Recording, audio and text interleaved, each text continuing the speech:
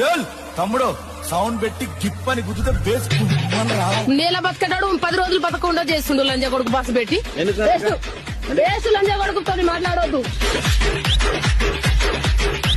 వాడేందో గాని పథకాలు అనుబంధాల వాడయ్యా అని పోకిల వాడయ్యా వాని దింపుగాల గాని దిన్న పోతులా బలిసి బండి కూర్చొని కూర్చొని ఏసులో కూర్చొని వస్తుంది లంజ కొడుకు మమ్మల్ని.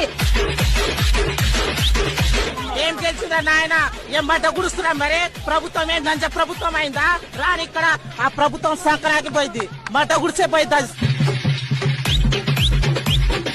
ఇవన్నీ పోయినాయి. రైతు బంధు ఎక్కడ పోయినాయో ఓ రేవంత్ రైతు బంధు ఎదురా బోసిడికే నీ కూతురా తులి मेरा भूले का कांग्रेस किराए का अम्मन నెగించుకోవాలి ఆ నమ్మ పుగులతో రాలా అవులా లంజ కొడగా సీఎం లేకపోతే బేకార్ లంజ కొడగాడు అమ్మ పుగులాలు చూసి మా కష్టం ఏం చేసుకొని వస్తుంటే మొట్టలో ఎమ్మెల్యే నా మొట్టలో సీఎం.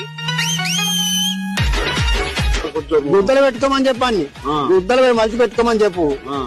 గుద్దలు మంచి పెట్టుకోమని చెప్పు. ఏ లంజ కొడుకు ఇచ్చి ఎవరికి ఇచ్చిండాడు లంజ కొడుకు చెప్పు.